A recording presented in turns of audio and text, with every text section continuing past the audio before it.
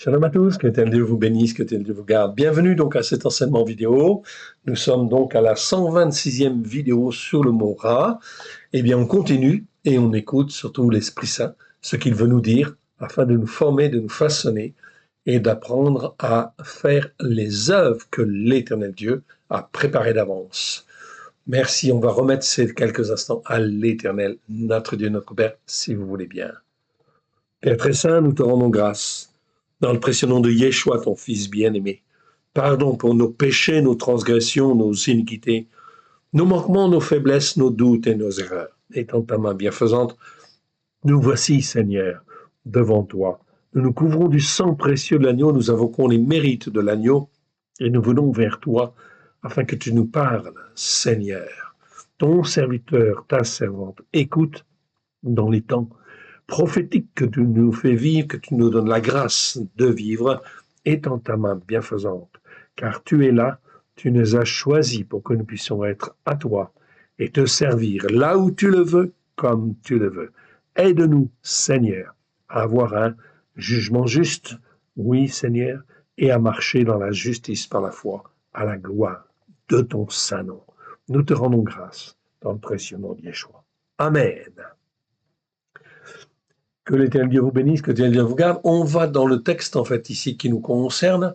Donc, le texte qui nous concerne, c'est, en fait, ici, donc, 1 Chronique, chapitre 4, verset 10, en fait, ici.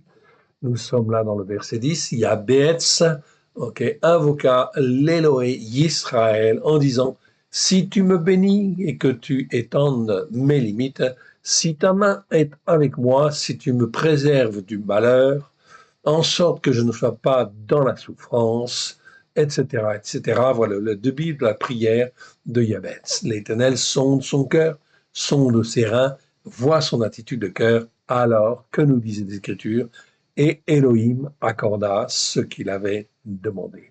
On reviendra sur ce passage tout à l'heure. En fait, ici, on va donc aller, comme à l'habitude, dans la définition de notre mot Ra, pour la compléter, la revoir, et aussi, en fin de compte, eh bien, apprendre encore plus de l'Éternel, notre Dieu, notre Père, au travers de Yeshua, son Fils bien-aimé.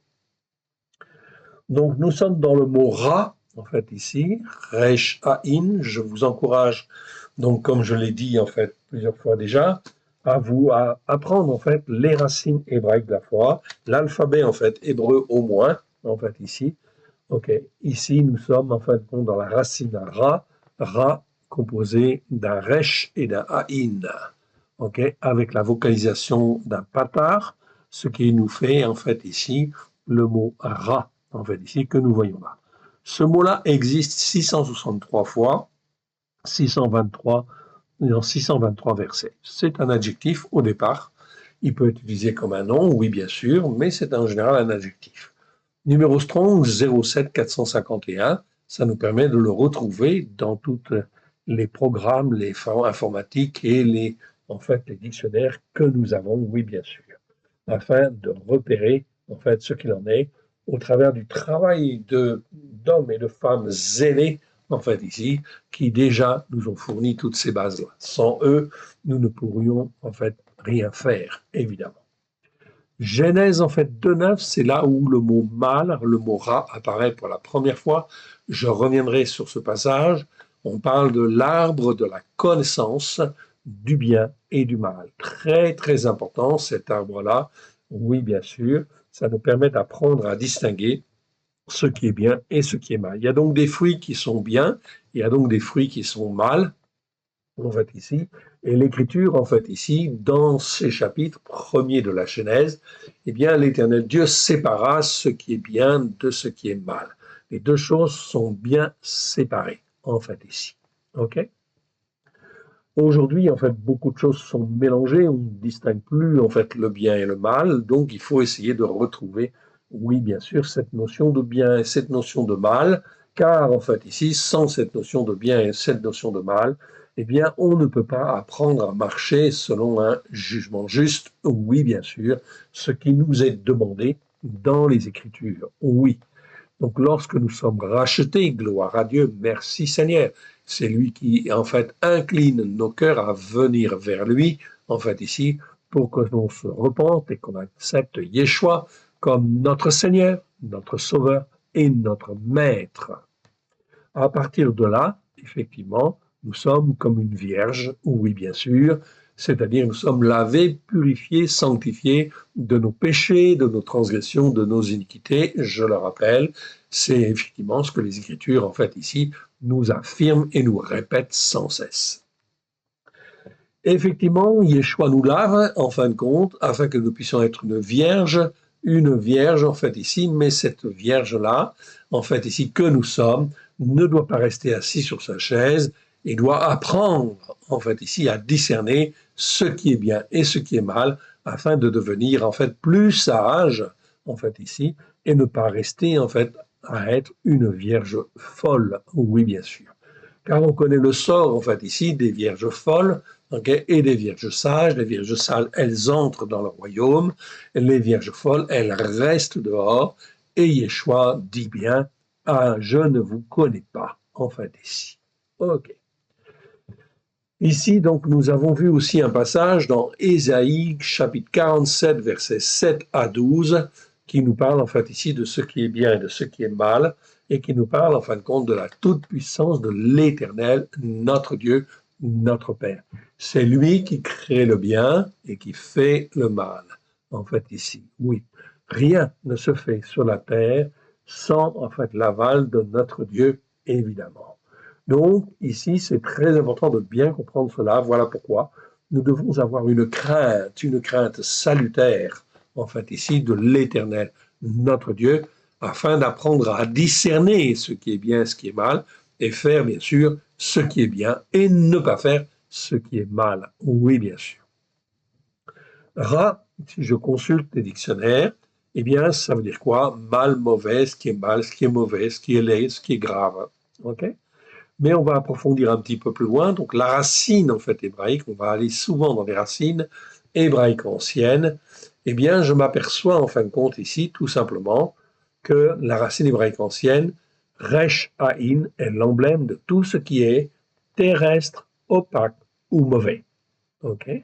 Donc Ra, c'est pas très bon effectivement. Ok, c'est neutre en fait ici, mais ça peut pas rester neutre. Hein. Ce qui est terrestre en fait ici va être détruit.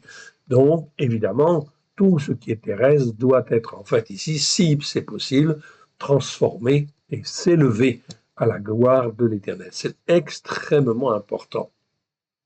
C'est pour ça que je vous ai rajouté en fait ici le mot réa. En fait ici, réa que vous voyez, ici c'est aussi un resh haïn. Ok, ici resh haïn. Ok, mais réa en fait ici qui existe 188 fois sur 173 versets. Ok, ici ça veut dire le prochain en fait ou l'autre. Généralement dans la seconde, c'est traduit 69 fois par prochain, autre 44 fois, ami 41 fois, ça c'est certainement pas très juste. Compagnon, en fait ici, pourquoi pas, mais c'est pas forcément juste.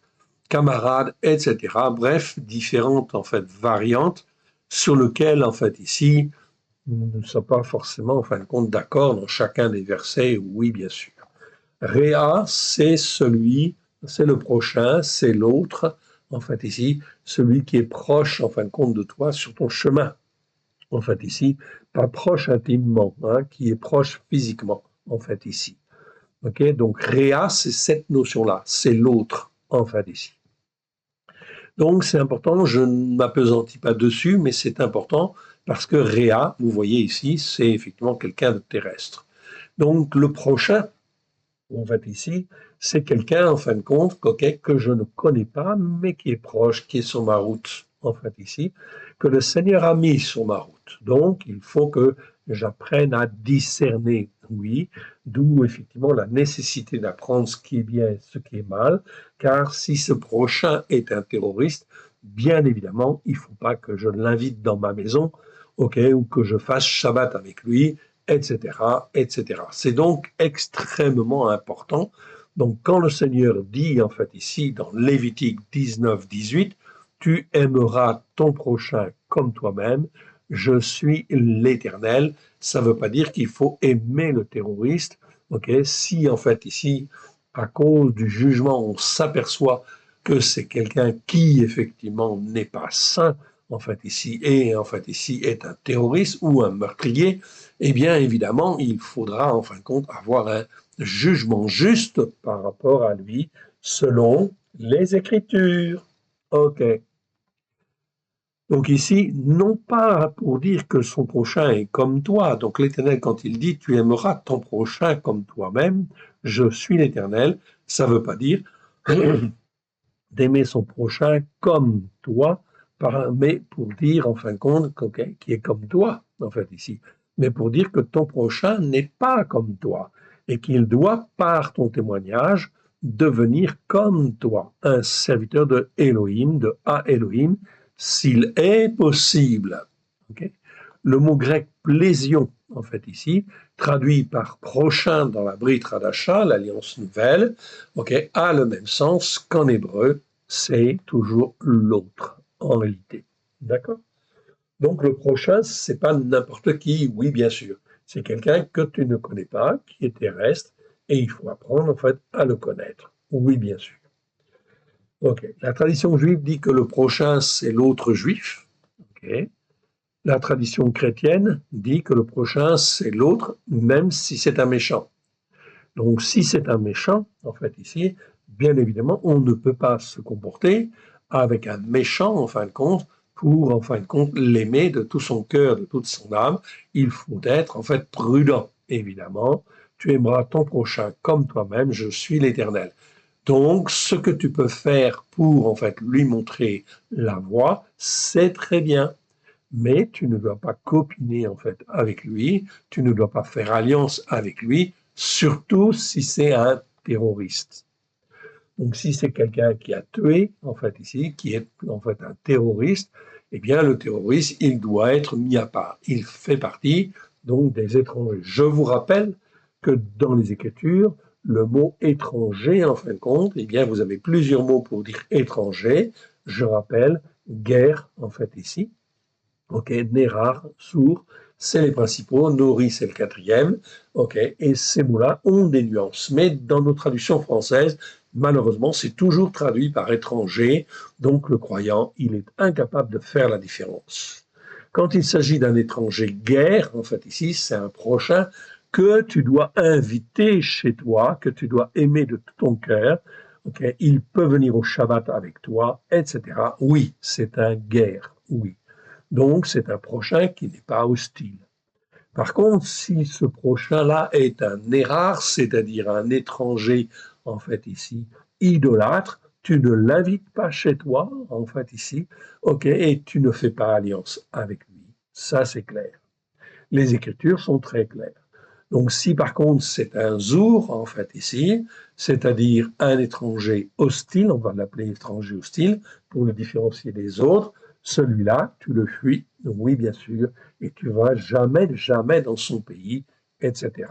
C'est donc un terroriste, par exemple, ou quelqu'un qui est hostile à la parole de Dieu. Celui-là, c'est comme un zour en réalité. Donc, en fait, ici, comme un étranger hostile. Pareil. Donc, il faut apprendre, en fait, à juger, en fait, ici. D'où la nécessité, le Seigneur dit, vous devez apprendre à marcher selon un jugement juste et dans la justice par la foi. Ok, très bien.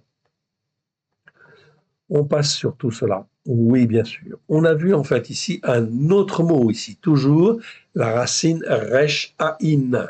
Ok? Mais la vocalisation est ici différente, c'est roa, en fait, ici. Donc, roa est un mot qui existe 19 fois, en fin de compte, dans 19 versets.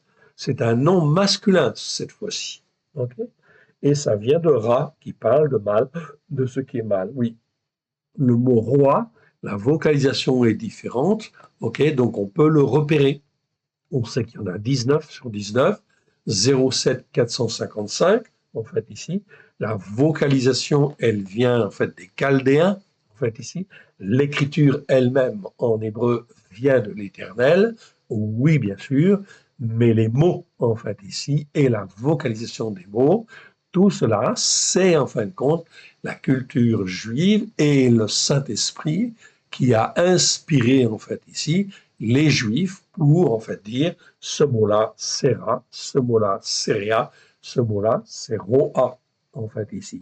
Donc toute la chrétienté en fait ici, quelle qu'elle soit, elle ne serait absolument pas capable en fait ici de en fait traduire en fait l'hébreu si effectivement en fin de compte il n'avait pas le secours, l'appui effectivement de la connaissance des Juifs, notamment en fin de compte des Juifs, des Chaldéens, etc.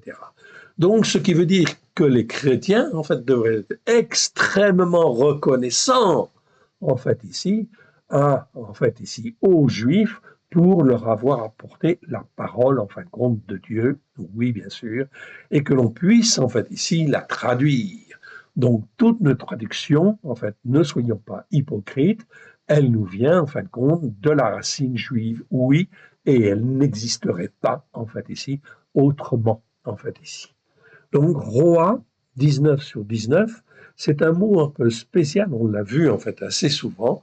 Ok, ce n'est pas un adjectif, mais un nom masculin en hébreu, et ça décrit un état de dégradation morale et spirituelle intense, où se mêlent malice, perversité, influence des esprits de Bélial. Donc là, on est dans une notion de mal, de mauvais, mais qui est extrêmement grave et qui, en fin de compte, montre un état de dégradation, je le répète, morale et spirituelle intense, où se mêlent malice, perversité et influence des esprits démoniaques, des esprits de Bélial. C'est exactement en fait le cas des terroristes en fait ici, donc du Hamas, du Hezbollah en fait ici, ou de toutes les autres dénominations en fait ici. La dégradation morale et spirituelle est toujours en fait ici à juger selon en fait ici les Écritures, selon effectivement la Torah. Donc, selon la Torah, en fait, ici, avec grâce et vérité au travers de Yeshua, mais s'il y a une dégradation morale et spirituelle intense, eh bien, il y a de la malice, en fait, qui s'y met, en fait, oui, bien sûr, de la perversité et l'influence des esprits de Bélial, c'est-à-dire, en fait, des esprits de meurtre, en fait, ici, d'extermination, de ceci, de cela, etc. Tous les esprits démoniaques qui visent à détruire.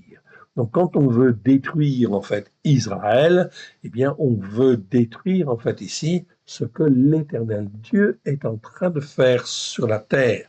Donc, forcément, qui est-ce qui, en fin de compte, est l'ennemi de nos âmes et qui veut détruire, effectivement, Israël et les chrétiens par la suite, en fait, ici, d'abord les Juifs, ensuite les chrétiens des nations, ok, ça viendra, voilà pourquoi il convient en fin de compte d'être, en fait ici, de se fortifier et de s'enraciner sur les racines hébraïques de la foi.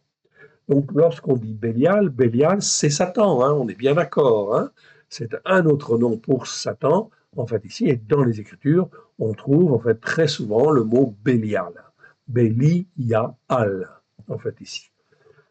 Ok, c'est en fait en hébreu Bélial. Enfin, revenons sur le mot Ra, qui veut dire ici mal, comme dans un roi chapitre 11, verset 6, et Salomon fit ce qui est mal aux yeux de l'Éternel, et il ne suivit point pleinement l'Éternel, comme David son père. Il ne suivit point pleinement l'Éternel. Donc c'est le problème en fait ici de tous les croyants, oui bien sûr. Est-ce qu'ils suivent pleinement l'Éternel, oui ou non? Pour juger, il faut toujours juger d'après la Torah, les prophètes et les psaumes. Toujours. Sinon, on juge, en fait, on risque de juger mal. Et on va automatiquement mal juger. Car les jugements justes appartiennent à l'Éternel et ils sont dans la Torah. Tous les jugements de l'Éternel sont justes. Voilà pourquoi l'Éternel Dieu veut nous apprendre. Voilà pourquoi la Torah, elle est extrêmement importante. Donc, lorsque la chrétienté, en fait, ici, refuse la Torah en disant nous avons le Nouveau Testament, et en fait, ici, les Juifs, ils ont l'Ancien Testament, c'est une grave erreur. Ça veut dire que les chrétiens, dans ce cas-là, sont incapables d'avoir un jugement juste, en fait, ici, devant l'Éternel, le Dieu d'Israël. C'est impossible, parce qu'ils n'ont pas appris à distinguer ce qui est bien et ce qui est mal. Ce qu'on est en train d'étudier. Voilà pourquoi, en fait, ici, on étudie le mot ra, ok, dans tous les versets, on va tous les voir, ok, ça va faire une série, en fait, assez nombreuse, oui, mais c'est extrêmement important pour apprendre à discerner ce qui est bien de ce qui est mal. Ok. Nous avons vu aussi dans Ésaïe 45, 7, où l'Éternel dit, je forme la lumière, ok, la lumière c'est or en fait en hébreu, je crée, en fait ici c'est le verbe bara, bara est un verbe qui n'existe que pour Dieu, donc l'homme ne peut pas en fin de compte créer comme Dieu, en fait ici, quand l'homme crée, il crée à partir de de la matière, des choses qui existent. Dieu, il crée à partir de rien, en fait, ici. Il dit et la chose arrive. C'est le verbe bara, en fait, ici. Donc, le verbe bara, qui existe 54 fois dans 46 versets, eh bien, c'est propre, en fait, à l'Éternel, l'Élohim. Donc, je forme la lumière et je crée les ténèbres. Ténèbres, c'est le mot rocher. On l'a aperçu, en fait, ici. J'en ai donné la définition, on ne l'a pas étudié dans le détail. On le fera, si Dieu le veut, en fait, ici. Rocher, c'est les ténèbres. Les ténèbres, c'est en fin de compte, comme son nom l'indique, les ténèbres, ça va de soi, mais c'est aussi spirituel, c'est-à-dire les ténèbres spirituelles. Si tu écoutes la parole de Dieu, l'Éternel Dieu va envoyer sa lumière et va te montrer, en fait, ici, le bon chemin. Et si tu es craintif, enfin craintif, pas craintif, on ne va pas dire craintif, si tu as la crainte de l'Éternel, eh bien l'Éternel va te conduire toujours, toujours sur ton chemin, afin que tu marches avec un jugement juste, en fait, ici. Mais si tu n'écoutes pas et que tu ne mets pas en pratique, à ce moment-là, en fin de compte, eh bien les ténèbres viennent, en fait, ici. Et l'Éternel, c'est lui qui juge, qui voit si, en fin de compte, tu obéis ou tu n'obéis pas. Si tu n'obéis pas, en fin de compte, eh bien, ton âme risque d'être enténébrée. Je donne en fin de compte la prospérité et je crée le mal. Donc c'est terrible en fait ici. Donc je vois ici Dieu crée, bara, le mal. Le mal en fait ici c'est ra, 663 fois dans 623 versets, c'est le mot que nous utilisons. Nous avons vu ce verset déjà. Oui, donc l'Éternel crée le mal. Il crée le bien, il crée le mal. Il est maître de tout. Moi, l'Éternel, je fais toutes ces choses. C'est donc extrêmement important d'apprendre à marcher dans la crainte de l'Éternel et d'avoir un jugement juste. Oui, bien sûr. L'Éternel nous ordonne de marcher selon un jugement juste et dans la justice par la foi. Je vous renvoie aux vidéos sur le mot tzedaka, en fait ici, justice par la foi, que nous avons fait sur, en fait ici, notre chaîne YouTube.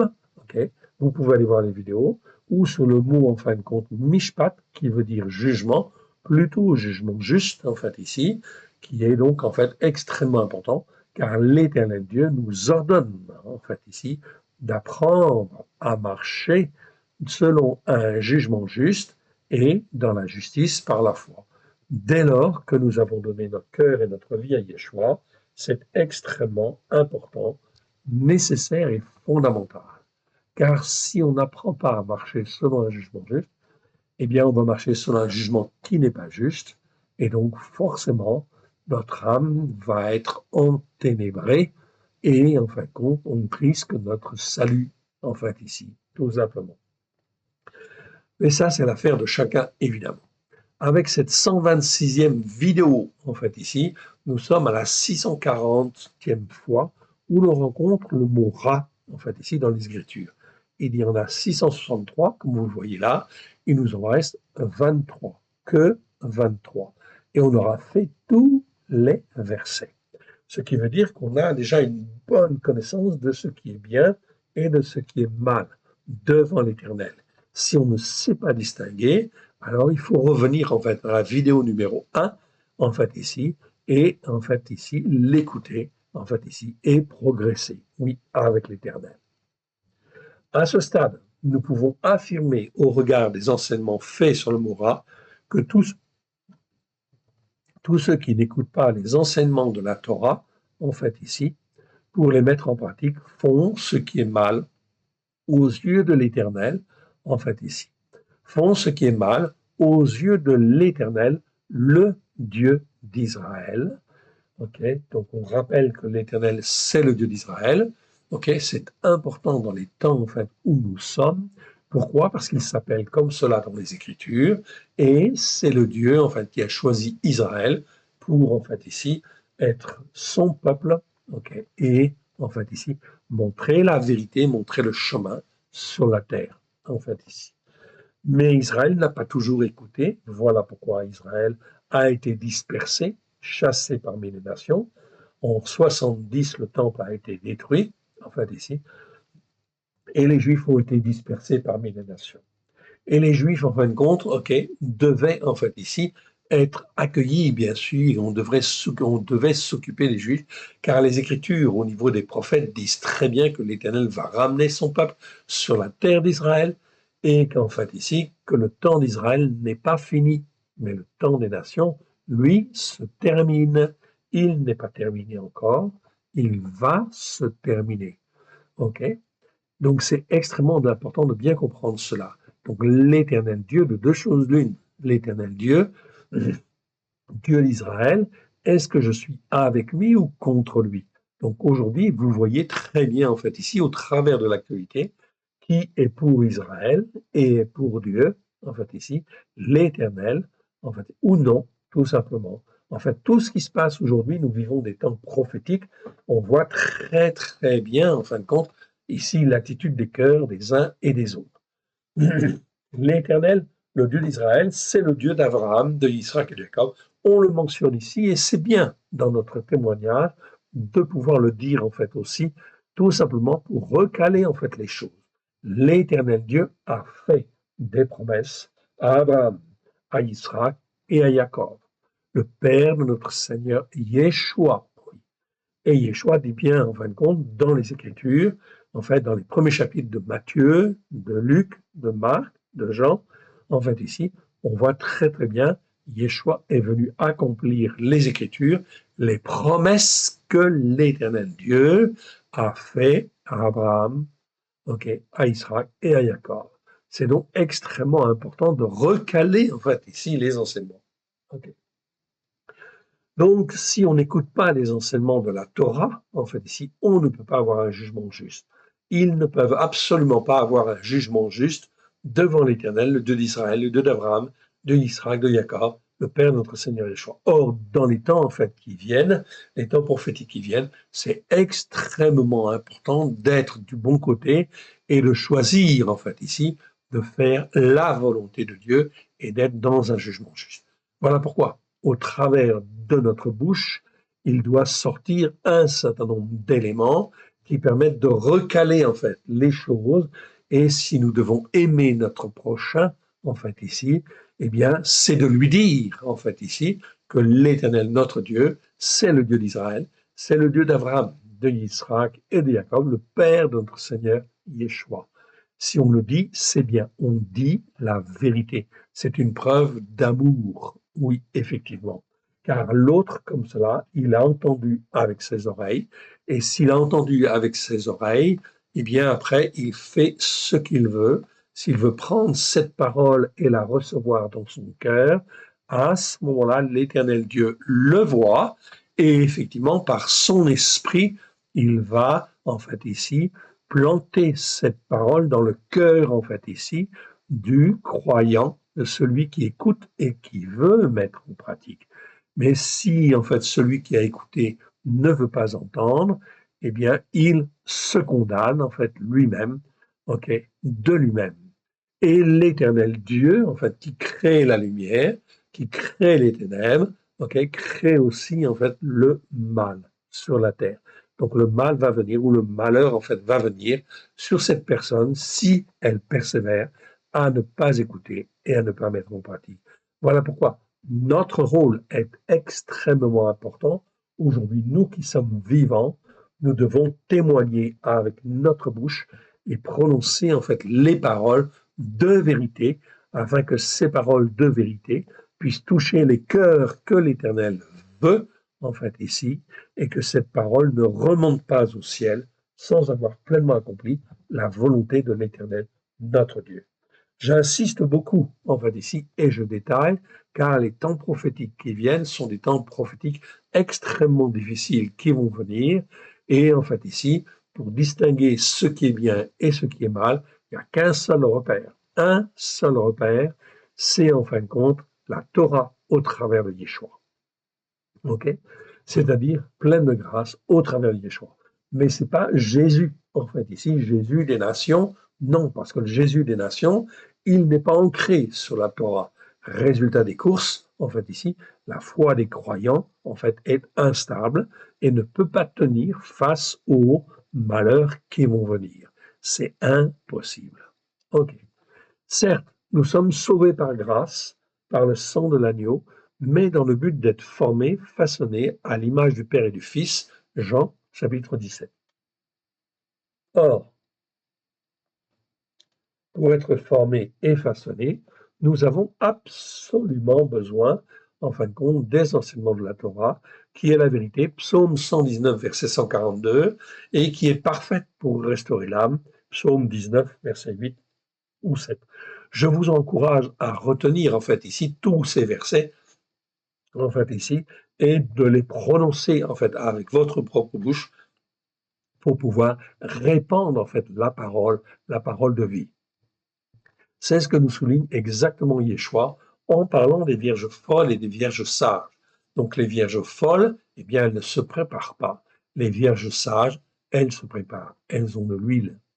En 2025, l'Éternel, le Dieu d'Israël, le Dieu d'Abraham, le Dieu d'Isaac, le Dieu de Jacob, le Père de notre Seigneur Yeshua, conformément aux Écritures, à ce qui a été annoncé dans la Torah, les prophètes et les psaumes amènent le malheur, en fait, ou les malheurs. Ra'a, nous avons vu ces mots-là déjà, en fait, ici.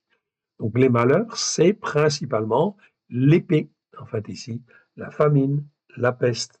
Donc c'est l'épée, c'est en fait ici la division, la discorde, la dispute, la violence urbaine, les vols en fin de compte des maisons, en fait ici, les vols dans les boutiques, etc. Tout ça, ça fait partie de l'épée.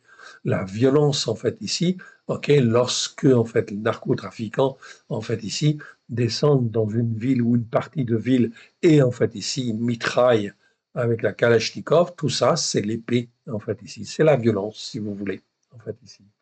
Dans la Bible, c'est symbolisé par l'épée, en fait, ici, ou la violence, tout simplement. La famine, en fin de compte, eh bien, il n'y a plus de nourriture ou plus assez de nourriture, en fait, ici, pour nourrir et les uns et les autres. Oui, bien sûr, c'est la famine qui s'étend sur un pays ou sur une série, en fin de compte, de pays. La peste, en fait, ici, c'est la maladie, c'est l'infection. Oui, nous en avons eu un exemple, en fait, ici, mondial, avec, en fait, ici, le Covid, enfin, la Covid, on dit la Covid, paraît-il. OK, donc la Covid qui a touché, en fait, ici, en fait, les nations, les unes après les autres. Et, en fait, le malheur va de nation, en fait, en nation, dit Jérémie. C'est exactement ça. Donc, la Covid, en fait, ici, c'était, en fait, ici, un signe de l'Éternel, que l'Éternel est en jugement, vis-à-vis de toutes les nations, en fait ici, du monde entier, et de tous les descendants d'Adam. Oui, bien sûr, juifs et non-juifs, arabes, okay, africains, européens, etc., russes, américains, etc. Tous, en fait, ici, sont concernés. C'est la fin du temps des nations. Okay? Le temps des nations est en train de se terminer. Voilà. C'est bien ce que nous disent les Écritures. Mais aussi, en fait, les bêtes féroces, ou plutôt, en fait, les êtres par qui les malheurs arrivent. En fait, ici, très important. Je vous ai cité Macron, je le répète, j'insiste, je confirme, ok, c'est un être, en fait, ici, vivant, ok, par qui le malheur arrive, ou les malheurs arrivent sur la France. Vous avez eu un exemple très clair avec le président Macron qui décide de dissoudre, en fait, l'Assemblée des députés. Automatiquement, qu'est-ce que vous avez vu? Vous avez vu une assemblée qui s'est reconstituée, mais qui ne s'entend pas. C'est la division, la dispute, la discorde. En fait, ici, il n'y a pas d'entente, il n'y a pas d'unité. En fait, ici, tout simplement parce que la volonté de Dieu n'est pas respectée. Donc, le mal est généré, en fait, ici, pour que les uns et les autres ne puissent pas s'entendre. Tous les partis vont se disputer, en fait, ici, ok, sans cesse. Ce sera la discorde, en fait, ici, et le gouvernement ne peut pas arriver à l'unité ou à voter même le budget, en fait, ici. Ça pose problème, vous l'avez bien vu. Tout cela, c'est les effets, en fait, ici, des conséquences, en fait, des péchés, des transgressions, des iniquités de la France et des Français, des descendants, en fait, d'Adam d'une manière générale, mais plus particulièrement les Français, la France et les Français. Donc nous sommes touchés, en fait, plus particulièrement. Pourquoi? Parce que la France avait un rôle particulier, en fait, à jouer, que j'ai déjà expliqué, que je vais reprendre un peu. Yeshua confirme bien que le jour de l'Éternel est un jour de ténèbres et de colère. Oui, avec cette vidéo, nous devrions donc déjà pouvoir sérieusement apprécier ce qui est bien et ce qui est mal devant l'Éternel, le Dieu d'Israël, le Dieu d'Abraham, de Israël et de Jacob, le Père de notre Seigneur Yeshua. Si ce n'est pas le cas, on revient à la vidéo numéro 1. À ce titre, donc sous ce qui est en vert, en fait ici, je l'ai mis en vert, c'est ce que je n'ai pas dit en fait les fois précédentes. Donc c'est des nouveautés en fait ici quelque part, donc je vais commenter. À ce titre, nous devons être très attentifs à toutes les vidéos sur Jésus ou sur Yeshua qui apparaissent en fait ici sur YouTube ou Internet, etc., qui sont générées par l'IA, l'intelligence artificielle. De plus en plus, en fait, il y en a, en fait, ici. Donc, il faut faire extrêmement attention à ça. Ça n'est jamais, jamais, jamais bon. Pourquoi? Parce que c'est l'Esprit Saint, en fin de compte, qui nous révèle les choses. Et l'IA n'est incapable, en fin de compte, ici, de nous donner la pensée, en fin de compte, de Dieu. C'est impossible. L'IA ne peut donner, en fait, que la connaissance des hommes qui déjà a été, en fait, enregistrée, en fait, ici. Donc, c'est, en fait, ici, simplement, en fin de compte, un outil qui peut être intéressant dans certains cas, quand on l'utilise avec intelligence, parcimonie et comme il convient, évidemment, pour aider l'homme, mais surtout pas pour le guider, l'instruire ou le façonner. Certainement pas. Jamais l'IA ne proposera un Christ ancré sur la Torah. Ça n'existe pas. Dans les temps prophétiques qui viennent, retenez bien ceci. Le Christ, ce qu'il dit ou ce qu'on lui fait dire, doit toujours être ancré sur la Torah, les prophètes et les psaumes, à la lumière de Yeshua, avec grâce et vérité. Si ce n'est pas le cas, je vous encourage fermement à, en fin de compte, arrêter la vidéo que vous écoutez, en fait, ici, et qui n'est pas conforme, afin de ne pas, en fait, enténébrer votre esprit, en fait, ici. On n'a pas besoin de ça, et en fin de compte, ça sert à rien, en fait, de regarder toutes ces vidéos-là. Surtout pas. Nous devons apprendre à avoir un jugement juste, et la Torah est la seule à nous donner la vérité. Voilà pourquoi toutes les vidéos qui ne sont pas basées sur la Torah, ça pose problème en fait ici, et ça va poser de plus en plus de problèmes en fait ici, dans les temps prophétiques que nous vivons. Et donc, à pouvoir nous préserver dans les temps prophétiques qui viennent, ok, de nous préserver, que nous ayons la grâce de vivre, parce que nous avons la grâce de vivre des temps prophétiques. En fait ici, l'Éternel Dieu nous le permet. Mais si l'Éternel Dieu nous le permet, ça veut dire qu'il peut y avoir du danger, en fait, ici, et il faut apprendre à discerner. Oui, bien sûr. Les États-Unis viennent de frapper énergiquement, en fait, les mouvements islamiques au Nigeria. Vous l'avez bien entendu? OK. Donc, ici, en fin de compte, je le souligne, en fait, entre parenthèses, tout cela, c'est pour apprendre, en fait, à juger selon la Torah, en fait, ici. Ceux-ci avaient entamé le massacre des chrétiens et des chrétiens. Et aucune autre nation n'avait levé le petit doigt face à l'agression contre les chrétiens. Écoutez bien, en fin de compte, ceci, en fait, ici. Oui, la persécution contre les chrétiens, elle a commencé à certains endroits, oui, et elle va continuer. Ça va, en fin de compte, se répandre. Voilà pourquoi c'est extrêmement important, en fait, ici, de réagir par rapport à ça. Donc, l'Éternel Dieu suscite les États-Unis pour montrer, en fait, l'exemple, en fait, ici, d'intervention vis-à-vis de croyants en Christ. C'est donc extrêmement important, en fait, et fondamental dans les temps qui viennent, car l'ennemi est violent. Le terrorisme est violent, l'islam radical est violent, il faut le combattre. Et il faut le combattre, si besoin, avec la force armée. Donc ce que fait les États-Unis là, c'est très bien, en fait, ici. Trump a-t-il fait ce qui est bien ou ce qui est mal? Évidemment qu'il a fait ce qui est bien, en fait, ici. Après avoir demandé, après avoir demandé l'autorisation au chef de l'État du Nigeria, Trump est intervenu. Je souligne cet aspect-là, car si, en fin de compte, le responsable du territoire, le chef de l'État du Nigeria, avait dit non à Trump, en fait, ici, ou n'avait pas autorisé, en fait, Trump à le faire, Trump ne devait pas le faire. Okay? C'est comme si, en fin de compte, l'Éternel Dieu répond à Trump, en fait, ici, par la bouche du chef de l'État du Nigeria. C'est donc extrêmement important. Ça fait partie de l'apprentissage, en fait, ici, pour apprendre à marcher, en fait, devant l'Éternel, selon un jugement juste. Il faut respecter les autorités locales, en fait, ici, dès lors qu'elles ne sont pas en contradiction, effectivement, avec les Écritures. Oui, bien sûr. Est-ce bien ou mal? La réponse est évidente. On regarde la Torah à la lumière du choix. Oui, bien sûr. Tout au moins, elle doit être évidente. Si elle n'est pas évidente, je vous encourage à revenir en fait à la vidéo numéro 1. Oui, bien sûr. Après avoir averti préalablement les groupes islamiques. Oui, pourquoi? Parce que dans les Écritures, lorsque l'armée d'Israël devait en fait ici se présenter devant telle nation ou telle autre nation, la première chose en fin de compte, c'était d'avertir en fait ici le peuple en face, en fait ici, et en fin de compte, s'il veut écouter, c'est bien. S'il veut pas écouter, eh bien en fin de compte, tu vas contre lui avec la force armée. C'est le cas d'Israël vis-à-vis de Og, roi de Bassan, en fait ici, etc., etc., etc. Trump avait totalement raison donc d'intervenir avec la force armée. À ma connaissance, ok, et ce qui est déplorable, à ma connaissance, aucune autorité chrétienne, ok, et aucun pays ok, n'a remercié ou encouragé les États-Unis, et en particulier Trump, pour avoir eu cette initiative.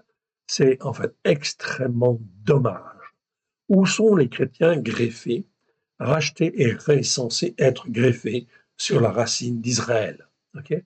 S'ils avaient lu, en fait, ici, la Torah à la lumière des choix, ils auraient dû avoir un jugement juste. Et là, le jugement juste consistait à dire que les chrétiens rachetés par Christ, écoutez bien, sont greffés sur la racine d'Israël et l'on ne touche pas à la racine et à ses branches. C'est donc extrêmement important. Mais en fait, ici, même parmi les chrétiens, en fait, ici, vous n'avez personne, en fait, ici, ou quasiment personne, qui est intervenu pour dire, en fait, ici, ces chrétiens au Nigeria, ce sont, en fin de compte, des hommes et des femmes qui sont appelés à être greffés sur la racine d'Israël. Alors, il faut intervenir. Il faut, en fin de compte, les sauver.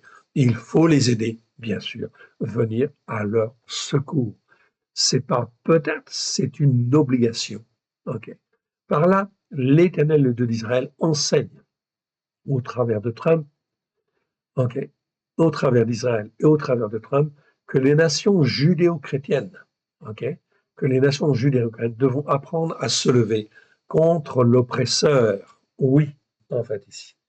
Donc, très important, l'oppresseur, ça peut être l'islam intégriste, mais aussi les dictateurs comme Poutine qui veulent agrandir leur domination par la force armée, en fait aussi. Oui, il faut être, en fait, ici, de ce côté-là, extrêmement prudent. Oui, bien sûr, on est bien d'accord. Car c'est là, en fait, ici, Bélial qui agit. Oui, on est, en fin de compte, dans roi. Vous vous souvenez?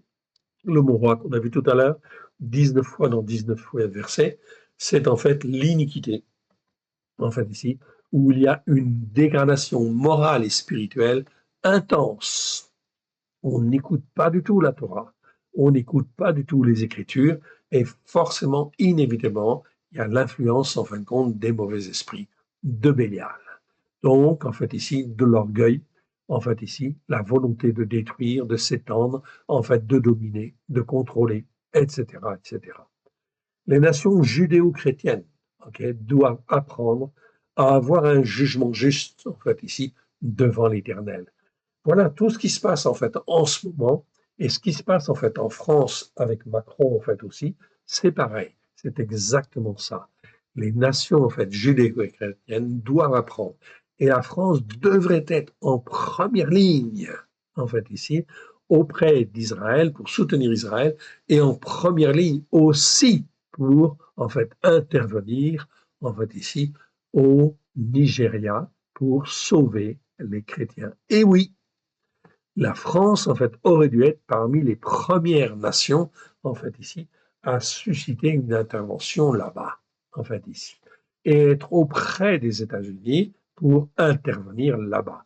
Mais la France, en fait, ici, se comporte d'une manière totalement insensée, avec un président qui est insensé et qui fait tout le contraire de ce qu'il devrait faire, en fait, ici, que la France et les Français devraient faire. Les nations judéo-chrétiennes doivent apprendre à avoir un jugement juste et à saisir l'opportunité de la délivrance que l'Éternel, le Dieu d'Israël, peut leur donner. Mais ces actions, pour être justes, doivent pardon, j'ai oublié le être, doit être bien ancré sur les Écritures et conforme, en fait, ici, à la volonté de l'Éternel, le Dieu d'Israël, qui veut quoi? Qui veut que tous les descendants d'Adam espèrent en sa Torah. Ésaïe, chapitre 42. Eh oui, ok. Donc les chrétiens, plus que les autres, en fait, ici, les chrétiens du Nigeria, ici en l'occurrence, en fait, ici, non seulement il faut intervenir, mais non seulement, en fin de compte, il faut aussi les enseigner, en fait, aussi correctement, en fait, ici. C'est un autre problème. Plusieurs remarques peuvent également être faites en complément. Macron, notre président, comme on l'a vu dans les vidéos précédentes, est toujours un insensé en regard des Écritures. Macron devient même le prince des insensés par les décisions qu'il prend ou qu'il ne prend pas, en l'occurrence. Il attire le malheur sur la France et sur les Français, oui. Sur lui, mais aussi sur la France et les Français. Pour bien expliquer ce qu'est un insensé, en fait, ici, à son niveau, en fait, ici, à son niveau de président, en fait, ici. Ou à son niveau, au niveau d'un président, en fait, ici, on va dire. Au niveau, voilà, à son niveau, au niveau d'un président. Aujourd'hui, en 2025, sur la scène internationale, et devant l'Éternel, le Dieu d'Israël, c'est la France et les Français qui auraient dû être les premiers à voler au secours des chrétiens persécutés au Nigeria. Oui, bien sûr, devant les États-Unis. Macron n'a rien compris, encore une fois, et n'a aucune conscience de ce qui est juste devant l'Éternel, le Dieu d'Israël.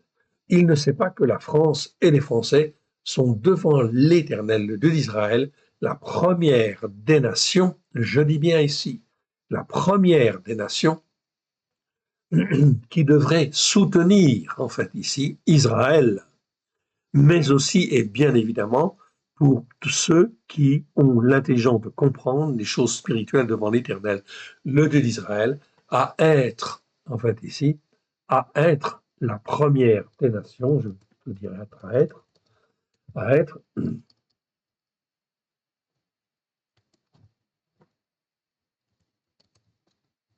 à être la première des nations à voler au secours de tous les croyants qui sont censés être greffés sur la racine d'Israël.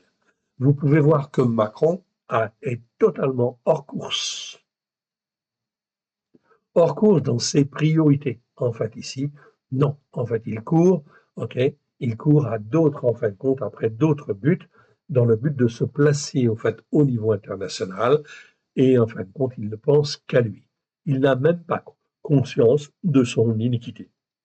Macron n'a aucune crainte de l'Éternel, le Dieu d'Israël, le Dieu d'Abraham, d'Isaac et de Jacob, le Père de notre Seigneur Yeshua.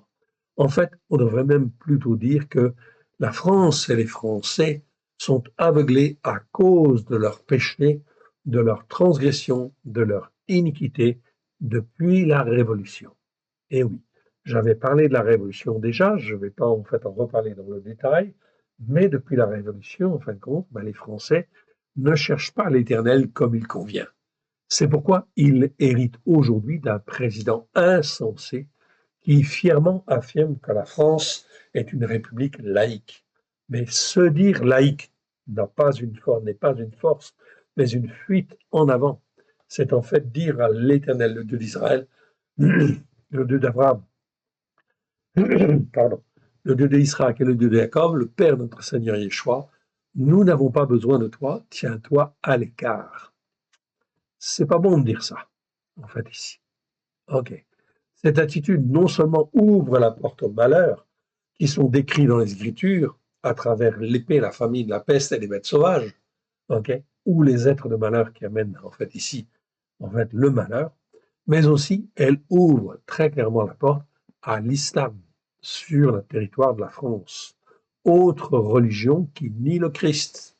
C'est donc très important ici que la religion de l'islam s'étende en fait en France. C'est pourquoi, eh bien, c'est le fruit en fin de compte justement de la foi des Français en fait ici d'une manière générale qui en fait ici s'estompe de plus en plus. Donc là, il y a une autre religion qui prend la place petit à petit. La France est censée être une nation de culture chrétienne. Malheureusement, les chrétiens de la France se comportent comme des insensés. Voilà pourquoi nous avons Macron comme président. Voilà pourquoi en 2025, notre président, le président de la France, est le prince des insensés. Si l'identité chrétienne reposait sur la Torah, alors elle serait solide, mais ce n'est pas le cas. C'est pourquoi la corruption spirituelle a déjà rempli beaucoup de cœurs. C'est en fait ici ma conviction, en fait ici, certaine, évidemment. Pourquoi? Eh bien, tout simplement parce que le Seigneur avait donné l'opportunité à la France et aux Français de découvrir, en fait ici, les racines hébraïques de la foi, en fait ici. Je vous l'ai expliqué, en fait ici, déjà dans le détail, et depuis, en fait, les années 1800, en fait ici, 1815, très précisément, un Français qui se nomme Fabre d'Olivet a étudié en fait les Écritures en fait en hébreu et a essayé de les expliquer en fait sans passer par la tradition juive et sans passer par la tradition chrétienne. C'est extrêmement intéressant. C'est pas facile à lire, c'est pas facile à comprendre, oui, mais cela existe. C'est écrit depuis 1805, 1815. 1815, c'est l'époque de Napoléon, en fait, ici. Donc, cela veut dire que la France et les Français, des pasteurs auraient pu se lever, des croyances se lever, et en fait, découvrir, en fait, des choses intéressantes. C'est ce que nous faisons. Nous sommes en 2025. En fait, ici, nous avons perdu 2 siècles. Eh bien, en fin de compte, il faut rattraper, en fait, ici. Rattraper, c'est peut-être pas rattrapable, mais en tout cas, il faut corriger le tir et revenir sur les racines hébraïques de la foi. OK. Le salut, en fait, est au travers de Christ, mais sur la Torah, pleine de grâce et de vérité, au travers de Yeshua, Hamashiach, celui qui est appelé le Christ. Vous avez remarqué que l'Algérie veut traîner la France devant les tribunaux pour son passé colonial et exige une demande de pardon et des compensations. Vous avez entendu, c'est nouveau. OK. Pourquoi cette attaque officielle sur la scène internationale? La France, là, est remise en cause pour son passé colonial. Bien sûr, tout cela, en fait, n'est que la conséquence des péchés, des transgressions, des iniquités qui perdurent dans le temps.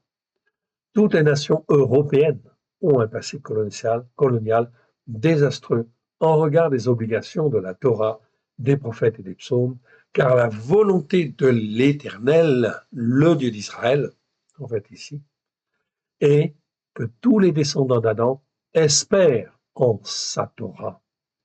Donc le rôle de la France lorsqu'elle colonisait, c'était bien en fin de compte, peut-être pour dominer sur les peuples en fait ici d'Afrique, effectivement, mais c'était aussi et surtout dans le but de faire connaître la Torah, Or, les buts de la France n'étaient pas toujours, en fin de compte, ici, aussi sains que cela. Donc, oui, bien sûr.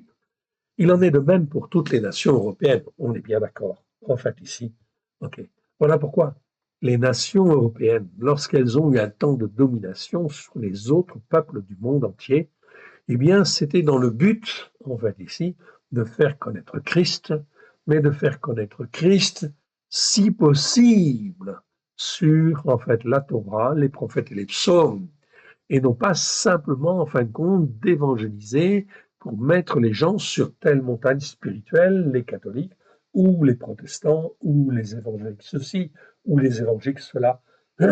Non, c'était pas la volonté de Dieu. Là, il y a eu déformation.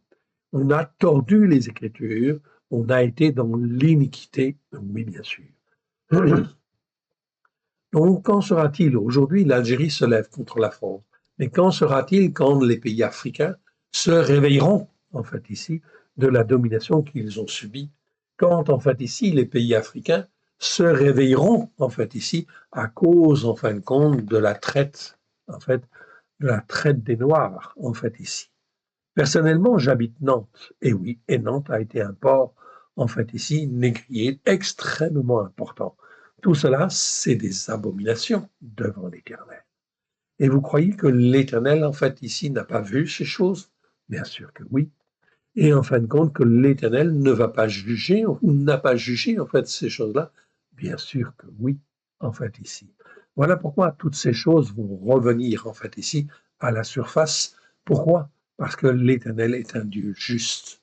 Et en fait, l'Éternel, en fait, ici, va juger, en fait, ici. Et voilà pourquoi, aujourd'hui, nous sommes, nous, la France, dans une position, en fait, ici, spirituelle extrêmement grave, et nous sommes la première des nations à être jugée parmi les nations européennes.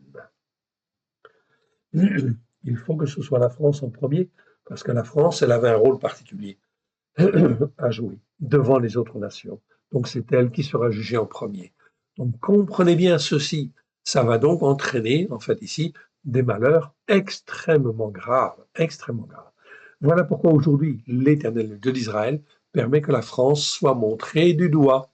Et Macron, l'insensé, symbolise le choix de la France et des Français d'être sans Dieu. Dire en fait, mais moi, je suis sans Dieu, donc je ne suis pas concerné par ces choses-là. Ce n'est pas parce qu'on dit qu'on est sans Dieu qu'en fait on va échapper au jugement. En proclamant qu'elle est une république laïque. Sur la scène internationale, la France et les Français sont mis en première ligne car elle est la première des nations à être jugée devant l'Éternel, le Dieu d'Israël. Rappelons que tous ceux qui sont rachetés par le sang de l'agneau sont censés être éduqués, en fait ici, sur la racine d'Israël, comme Paulos nous le dit dans le livre aux Romains, Romains chapitre 11. Où sont donc les chrétiens rachetés et censés être greffés sur la racine d'Israël? Où sont-ils? Repentez-vous, car le royaume de Elohim est proche.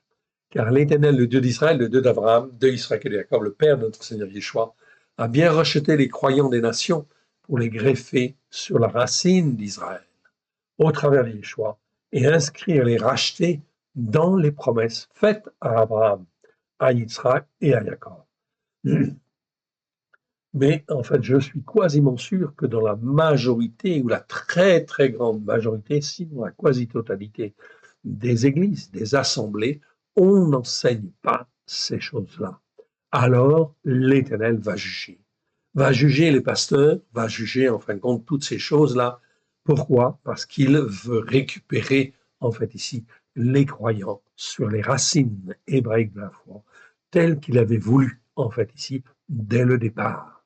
Aujourd'hui, en 2025, 2000 ans après la venue de Yeshua, les hommes n'écoutent pas et occupent leur esprit à de vaines occupations, confèrent Noël qui vient de se terminer. C'est un excellent exemple, une vaine occupation de l'esprit, en fait, ici. Nous dit l'Ecclésiaste, c'est exactement ça, en fait, ici. Ils marchent presque tous en insensés.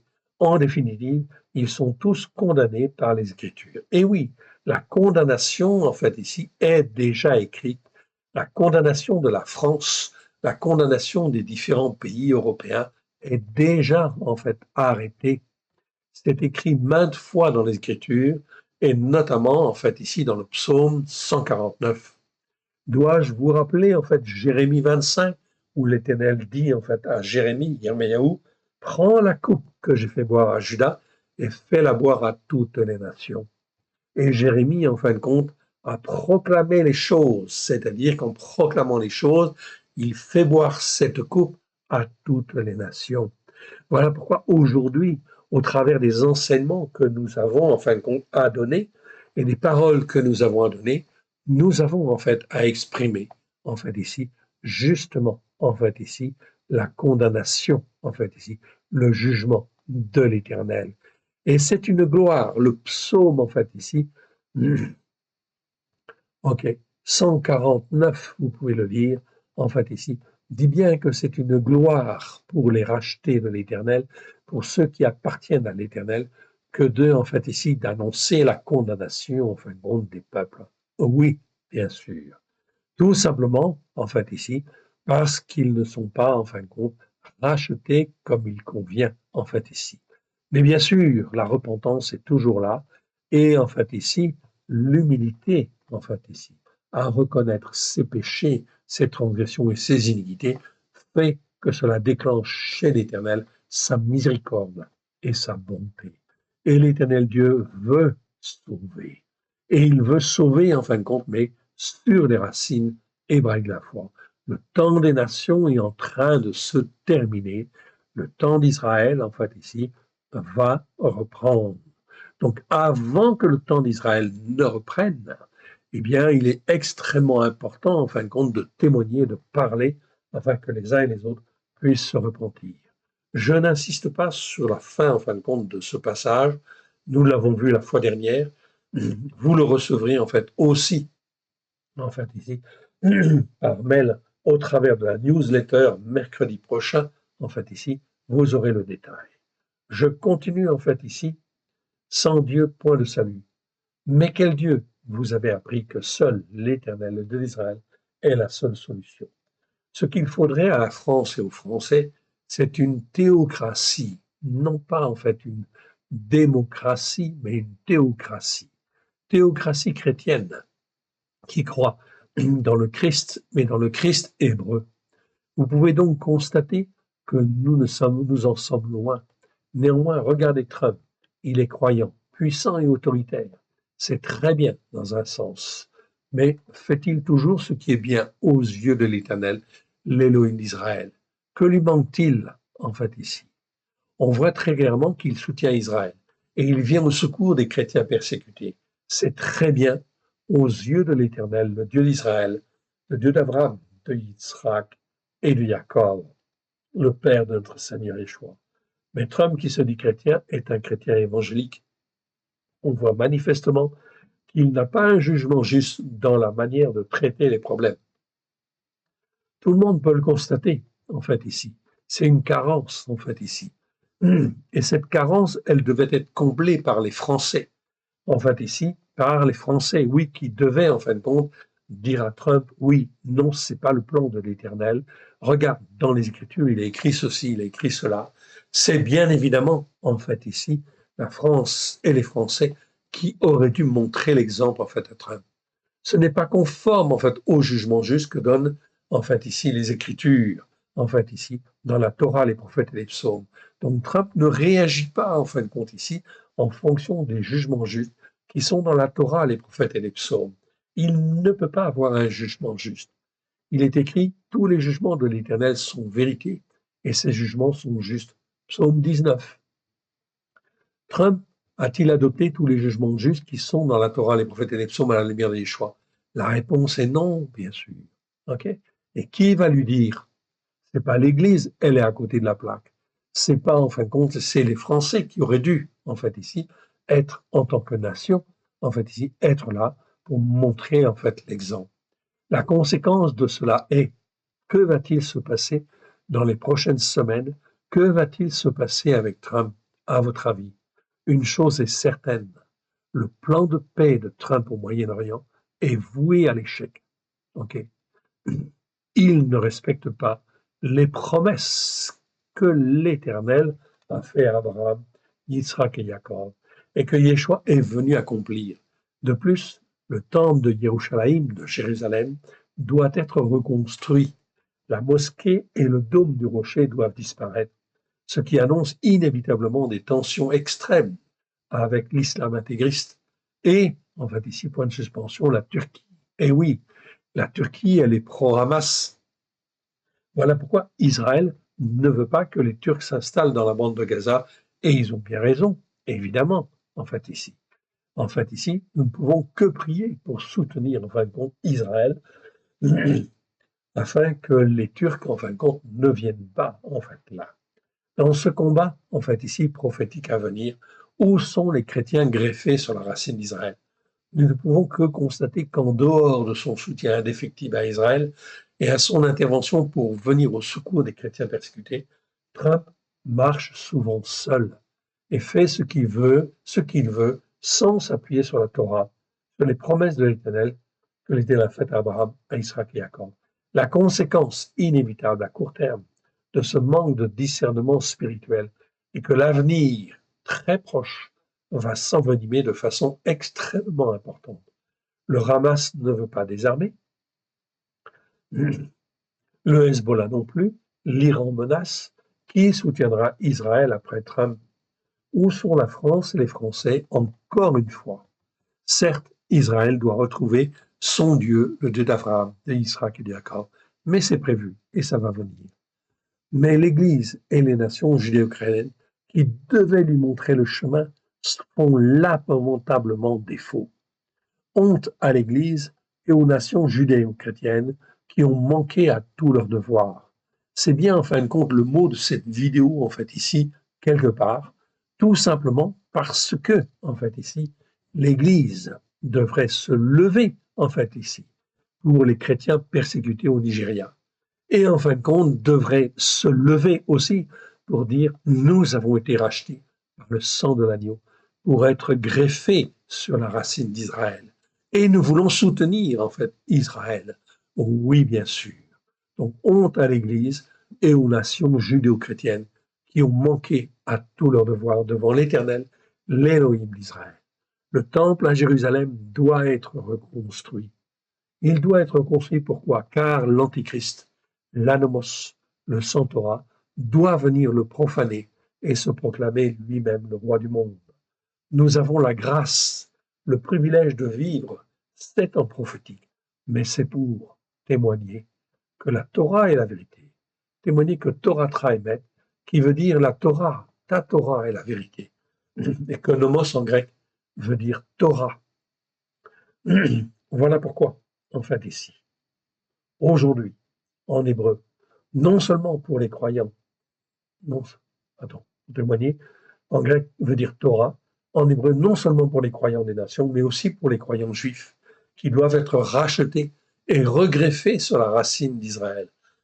Romains 11 parle bien, en fin de compte, d'Israël qui doit être regreffé sur la racine d'Israël. Mais ce n'est pas encore le temps d'Israël, c'est le temps des nations.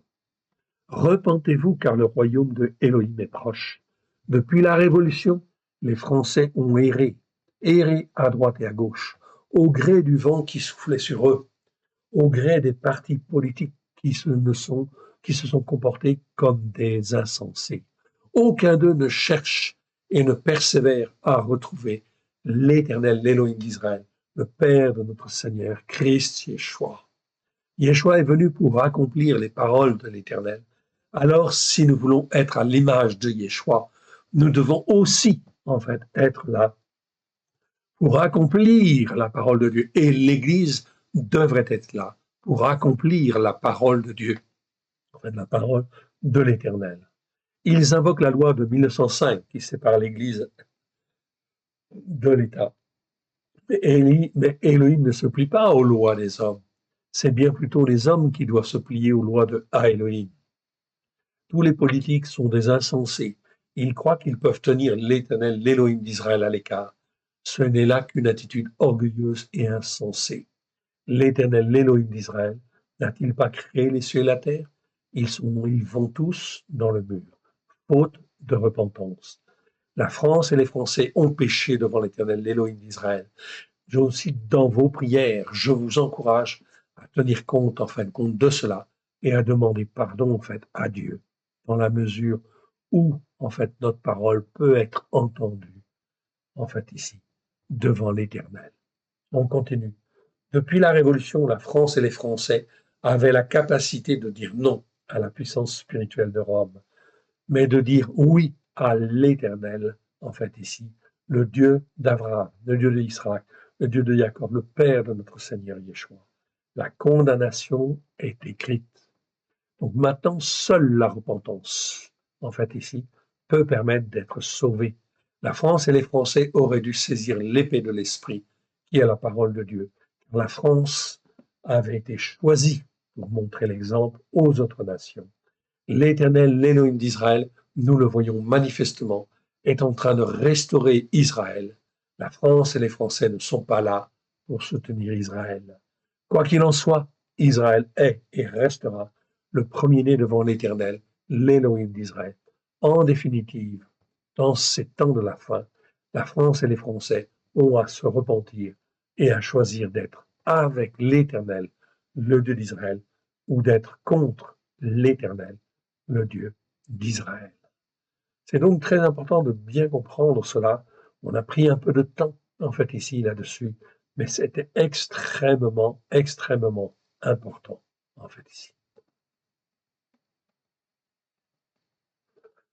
De bien comprendre ces choses-là. Nous allons aller, en fin de compte, ok, dans notre passage, en fait, de 1 Chronique, chapitre 4, verset 10.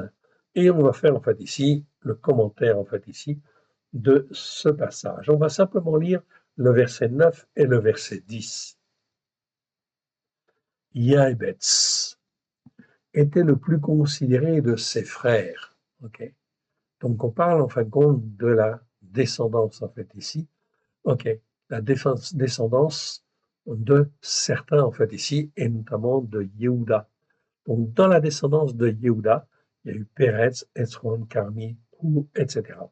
Et il y a eu un moment Yébetz. Mais en fait, Judas n'a pas toujours, en fait, ici, bien suivi, en fait, ici, les recommandations de l'Éternel. Oui, il s'est écarté et il a épousé, en fait, aussi une femme cananéenne, etc. Et il s'est, en fin de compte, ici, corrompu. Oui, bien sûr. Et le malheur est venu dans sa vie et la vie de ses descendants, à tel point qu'à un moment donné, en fait, Yaébetz, en fait, ici, ok, est né. Et il était le plus, en fait, considéré de ses frères. C'est-à-dire qu'il y avait, en fait, quelque chose sur cet homme-là, ok. Et parmi, en fait, tous ses frères, il était le plus considéré. Sa mère lui donna le nom de Yaébetz, ok. Yaébetz, ça s'écrit comme ça, en fait, ici. Je vous le montre, mais je ne vais pas le commenter, en fait, ici. Yaébetz, c'est un Yod, Aïn, Bet, Tzadé, en fait, ici. Ok. Mère lui donna le nom de Yébetz en disant c'est parce que je l'ai enfanté avec douleur. Donc ici, vous voyez, la femme, elle l'a enfanté avec douleur, en fait, ici, ou avec peine, en fait, ici. Ok. Et ici, c'est le verbe, en fait, ici, quoi? C'est le verbe, ok, yatsev, yotsev, pardon. Donc c'est Aïn, Sadé, Bet. Vous voyez, on a en fin de compte presque les mêmes lettres ici et ici, sauf qu'elles ne sont pas dans le même ordre, en fait, ici. OK. Et en fin de compte, ces lettres, en fait, ici, nous parlent de douleur, de peine, en fait, ici. OK.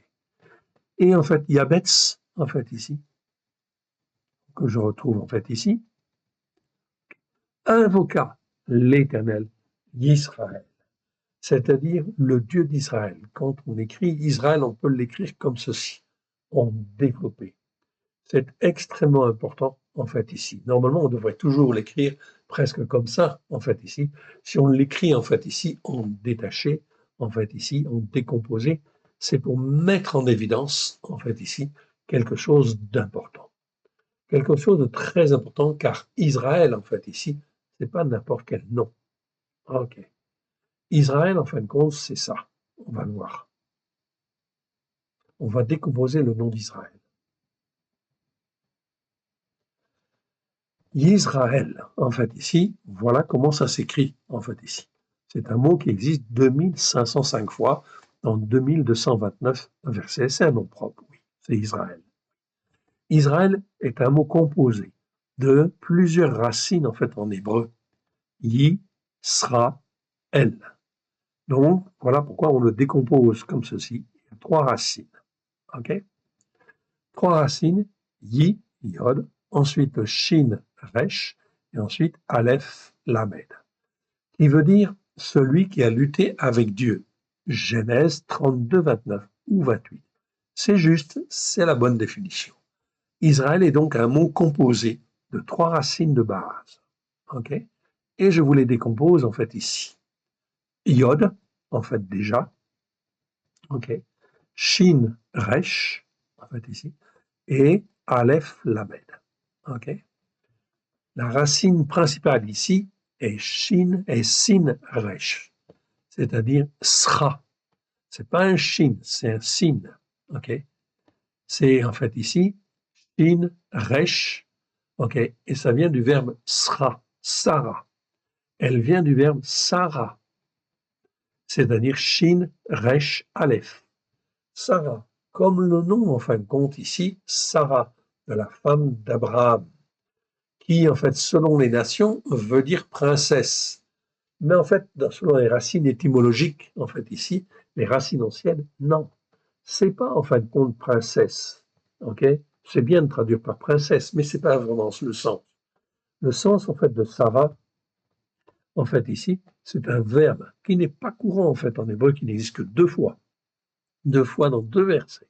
Ok? Il n'existe que deux fois dans les Écritures et qui veut dire lutter avec et non pas lutter contre, au sens aussi de persister, persévérer. C'est donc très, très, très important, en fait, ici, se lutter avec. Voilà pourquoi le nom de Jacob, en fait, ici, devient Israël, en fait, ici, devient, en fin de compte, Israël, en fait, ici, ok, tout simplement, en fait, ici, parce que Jacob a lutté avec Dieu, non pas contre Dieu. Donc Sarah, elle a lutté avec Dieu. Et ici, en fin de compte, cet homme-là, qui était honorable, en fait ici, il a lutté, en fait, avec Dieu. Il invoqua l'Élohé Israël, c'est-à-dire le Dieu d'Israël, en disant, si tu me bénis, si tu étends mes limites, si ta main est avec moi, si tu me préserves du malheur, etc., point de suspension, en sorte que je ne sois pas dans la souffrance, en fait ici, comme en fait ont été ma mère et ont été ma famille, point de suspension, en fait ici, l'Éternel a vu son attitude de cœur. Et comme il a vu son attitude de cœur, l'Éternel accorda ce qu'il avait demandé, tout simplement. Ceci, en fin de compte, montre que dans les temps qui viennent, en fait ici, celui qui combat avec Elohim, le Dieu d'Abraham, de Yitzhak et de Jacob, le seul Dieu unique et vrai, l'Éternel Dieu est là. Okay. Et il lui accorde, en fait ici, les bénédictions. C'est donc extrêmement important de bien comprendre en fait cela dans les temps qui viennent. Et oui, on continue avec 1 Chronique chapitre 7, verset 23. Mais là, j'ai un petit peu trop de choses en fin de compte à voir. Donc, on va s'arrêter là, en fait, ici, et on le verra la prochaine fois. 1 Chronique 7, verset 24. OK. On n'a pas beaucoup avancé, mais dans la définition, on a beaucoup avancé, car c'est très, très, très important de bien comprendre les temps, en fait, ici, dans lequel, en fait, nous sommes. Remettons à l'Éternel, notre Dieu, ces quelques instants. Père très saint, nous te rendons grâce dans le précieux nom de Yeshua pour tout ce que tu nous as donné aujourd'hui. Merci Seigneur pour ta parole. Que ce qui n'est pas de toi dans le nom de Yeshua s'en aille dans les lieux arides. Que ce qui est de toi soit loin de grâce et de vérité au travers de Yeshua, ton Fils bien-aimé, et que cela puisse trouver dans chacun de nos cœurs un terrain favorable. Oui, Seigneur. et que ta parole, en fait, ici, puisse s'élever, prendre racine, s'élever, nous former, nous façonner, ôter tout ce qui est iniquité, transgression et péché, Seigneur, à la gloire de ton Saint-Nom. Apprends-nous, Seigneur, à avoir un jugement juste. Oui, Seigneur, afin que notre parole soit, en fin de compte, ta parole et la parole que tu veux que nous ayons sur cette terre, afin que ton nom puisse être glorifié. Oui, sur cette terre, au travers de Christ Yeshua. Étends ta main bienfaisante, ton serviteur, ta servante, écoute, étends ta main bienfaisante, car sans toi, nous ne pouvons rien faire. Merci, Père très saint, de ta bonté, de ta fidélité chaque jour. Merci pour ta parole que tu nous donnes. Oui, Seigneur, qu'elle ne remonte pas au ciel sans avoir pleinement accompli ta volonté dans nos cœurs et dans nos vies. Merci, Père. Merci, Yeshua. Merci, Esprit Saint. Amen. Que l'Éternel Dieu vous bénisse. Que l'Éternel Dieu vous garde. Shalom à tous. Amen.